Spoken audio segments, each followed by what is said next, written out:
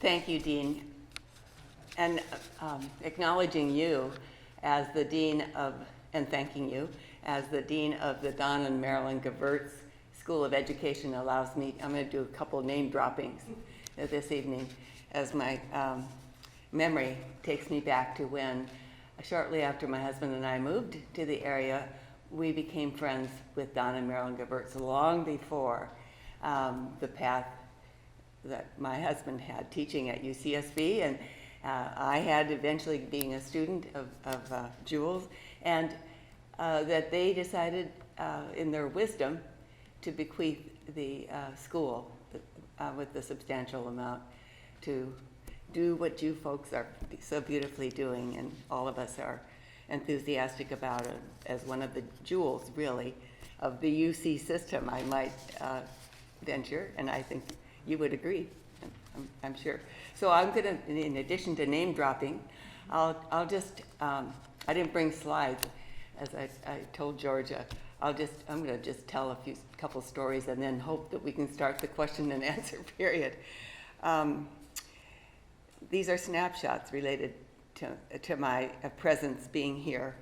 And one of them, the first one is when my daughter, Laura, who's now on the school board for the community of Santa Barbara, was a preschooler at the Star King Parent-Child Workshop, something that the City College does that's quite successful, teaching parents as much as kids, which is a wise thing to do. And Jules came to be a guest speaker on one Monday evening because we were required to go to class too.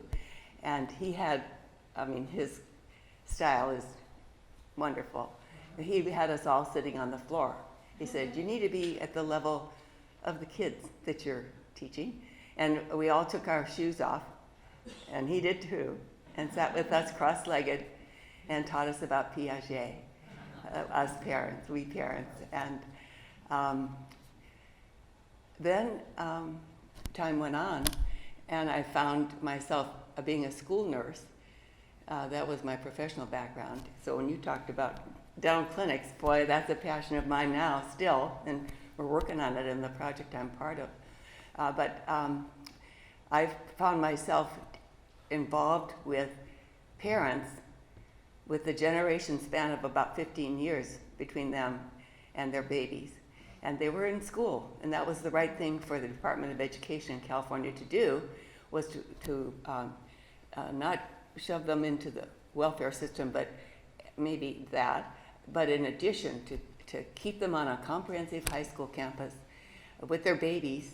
We were the child care facility was the envy of all the teachers who wanted to be able to bring their kids because the quality of care was so excellent. And we taught a lot of dads and other guys to come in and learn child development by holding an infant and playing with a toddler. And that's a learn by doing. That's a pretty impressive.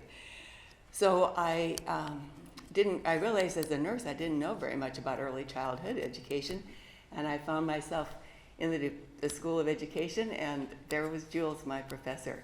And it was a wonderful experience for me to be able to have that as part of my background, as part of who I was, and particularly when, sort of by accident, I found myself in Congress.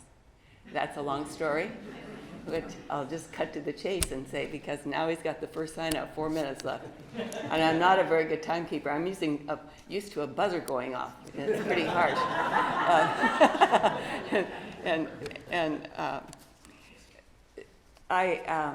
But I did go to, a lot of people said when I ran, you're a nurse, you don't know how to run for Congress, you can't do that. Well, I had a few, stiffened my back a bit, and I had a few stories along the way to reinforce the fact that one of the jewels of our democracy is that it's a representative democracy, and that we should have a cross-section of good teachers, all walks of life, making the laws which govern us.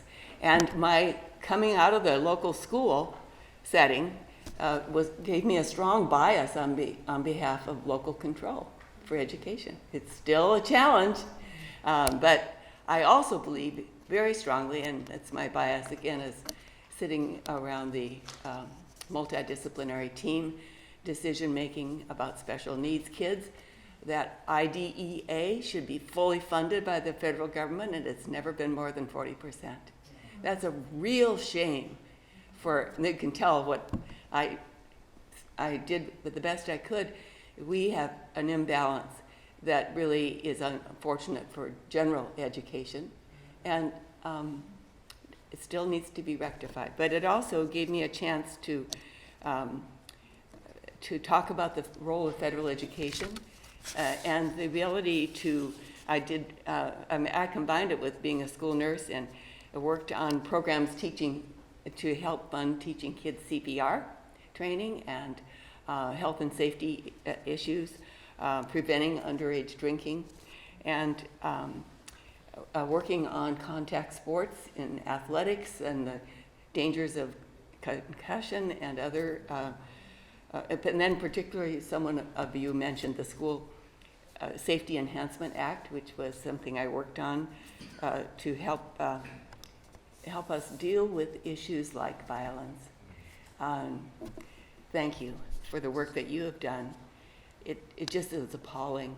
Sitting next to someone from Australia visiting, other countries can't believe. And you see, I've got 2 minutes, 1 minute now to say, we are as good a nation as our public schools are. And what we do reflects the values that all of us have. So you have a mission, not just to teach teachers, but to lift us all up. I mean, immigrants come for education. We hold that out as a beacon in the world. And we have a real chance to do the very best and we are. You are. But you need more champions in the government, in the federal, not just in the federal government, that too, in adequate funding, but among people who remember why we are here. Thank you.